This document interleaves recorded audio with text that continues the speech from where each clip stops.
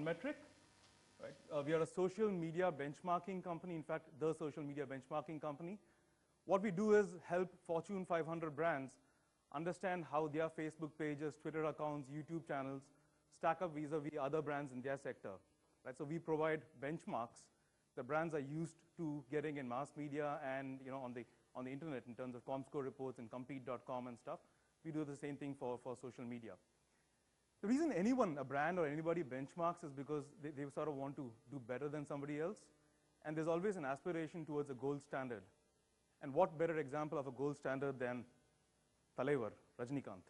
Right? Anyone here who doesn't know who Rajinikanth is, don't feel shy. You can put your hand up. I'll give you a quick intro. You know who Rajinikanth is. Right?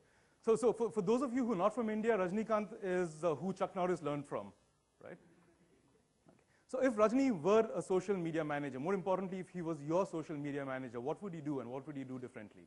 Right? 4 things. We're going to talk about his weapons, his formula, there is one, his sense of timing, and numbers. Right? In terms of his weapons, I think the best way to see that is to see this little video clip that brings it to life. Take a look at the weapons that Rajni typically employs.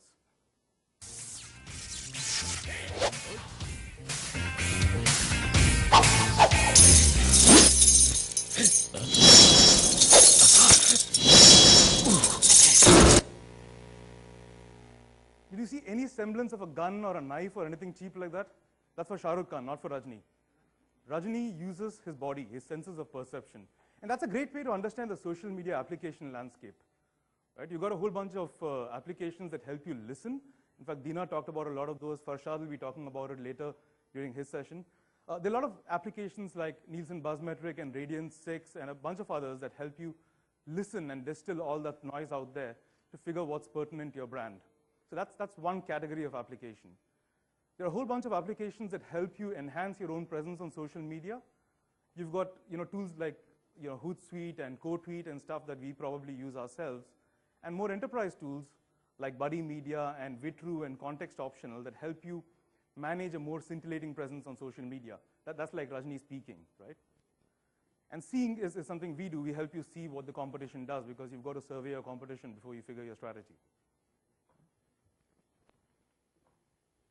So that's in terms of weapons or in terms of the tools of the trade that someone like Rajni would employ.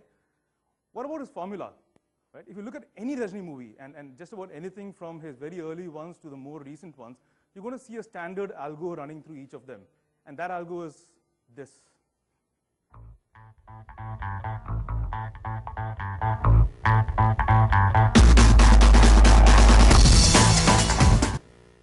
And that pretty much defines any movie in India, but it defines a Rajni movie especially well. Right? So obvious question, if Rajni were your content manager, he was managing your Facebook page, or he was tweeting on behalf of your brand, what do you think he'd do? Would he just approach it from the cold? Absolutely not. He'd have a well thought out strategy. He'd know exactly what he's going to do. He'd have these content silos like action, style, romance, and everything. And at Unmetric, we have the benefit of analyzing over 3,000 different brands. And if you analyze the content strategy of virtually any brand, whether it's in Australia, India, or the US, you're going to find one of 4 content silos across. Right? It's either going to be about the brand, or it's going to be about the sector. Let me give you an example. Saying have a nice day or happy Tuesday or something is one of those other things. And these 4 silos pretty much sum everything that every brand does. Right? So you'll see examples. I mean, you can't keep saying, look how great we are, how fantastic we are an amazing brand buyer. So you obviously do things around that. Right? And at Unmetric, we actually monitor that. We see what kind of content silos brands employ, and more importantly, what works. So there's stuff about the brand. Things about the sector are typically facts and questions and generic pieces of information. When you're talking general happenings, you've got a whole canvas to choose from. And in India, it's phenomenal. You've got politics, you've got religion, you've got sport, you've got Bollywood. And others, random inane things which seem to generate phenomenal engagement for reasons I still haven't figured out. Right? And just a few screenshots from Unmetric to show you how that looks in real life. So this is an analysis of General Motors. And if you look at the blue bars are the ones that are engaging phenomenally well with your audience. So the third one, which you can't read, says about automotive, in terms of about generic automotive stuff. Like here is everything you wanted to know about a clutch but didn't know whom to ask or something, right? But that's not a lot of what General Motors posts. The first one, about General Motors, is what they do a lot of. They post mostly about their brand, but people are interested in knowing about cars in general. right? So if I were General Motors, I mean, the knee-jerk reaction would be people don't care about the brand, they want to know about the sector, about generic stuff. But that's not entirely right, because if I took a deeper look and looked at the entire automotive sector, I'd find that the first blue bar, which is, this is data for the entire sector, a lot of other brands are getting phenomenal engagement talking about themselves. So there's obviously something that other guys are doing right that I probably am not doing, right? And if I dive deeper into that, it's going to tell me that when people talk about a new vehicle launch, that really gets people excited, right? So it's great to analyze what others do to figure out what's working for other brands, because you often go with certain assumptions which are not necessarily always right. Yeah? But that's about Facebook. I mean, obviously, Twitter also is pretty important. If Rajni were to approach Twitter, he'd have a concerted strategy there as well. Because any individual brand or anybody on the planet, when they tweet, they do one of three things. It's either a reply, or a retweet, or a piece of original content, what we call a proactive tweet, right? So it's one of these three things. It can't be anything else. And it's great to see what of these three brands employ. So look at Audi. The first two data points are on the weekend, but on the weekdays, they're doing a phenomenally healthy mix of all three things. They're retweeting things that their community says, they're replying to people who are asking them questions, and they're putting interesting pieces of GAN out there, right? So all of them work, and all of them need to work in tandem for a brand to have a truly scintillating presence on social media. Coming back to Rajni, his sense of timing is impeccable. And anyone who's seen any Rajni movie will know that. Let me just show you a little clip from Shivaji, also known as The Boss. அப்ப சிவாஜி இல்லனா நீங்க யாரு? நானா MGR. Phenomenal, amazing timing. And you know, if Rajni were to reply, he'd probably reply before you even ask the question, right? Okay. But timing is very important, especially on Twitter, because on Twitter, it's very important as to how fast you reply to someone. Look at the way the arrow is pointing. You can't see the number there, but JetBlue, and this is a sample of over 130 tweets analyzed in the last 7 days by Unmetric. The average reply time is 9 minutes. How amazing is that? In 9 minutes, if you ask JetBlue a question, in 9 minutes on an average, you'll get an intelligent, well thought out answer by a human being. And 9 minutes is what I waited on average on a call center line, right? Look at Target. I mean, they took a far longer time, 11 hours. But look at what they replied. Look at the last bit in their reply, right? This is an analysis of Target for some recent tweets.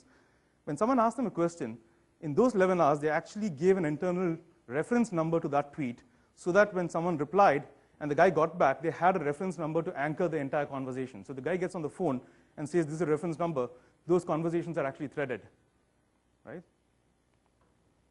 Timing is important in Facebook as well, because you're seeing certain, we sort of, when we analyze the efficacy of posts and engagement across days, we see some days work better than the rest, and that's fairly obvious to anyone who works in social media. In fact, some times are more auspicious or better than the rest as well. So there are fair degrees of variances between weekdays and weekends and different days and different times, and that's something the brands can leverage as well. So timing is pretty important. I mean, nothing to say about his fans and followers, and this little clip from one of his movies shows you 0.001% of Rajni's audience fans. Multiply that by a million times and that's it.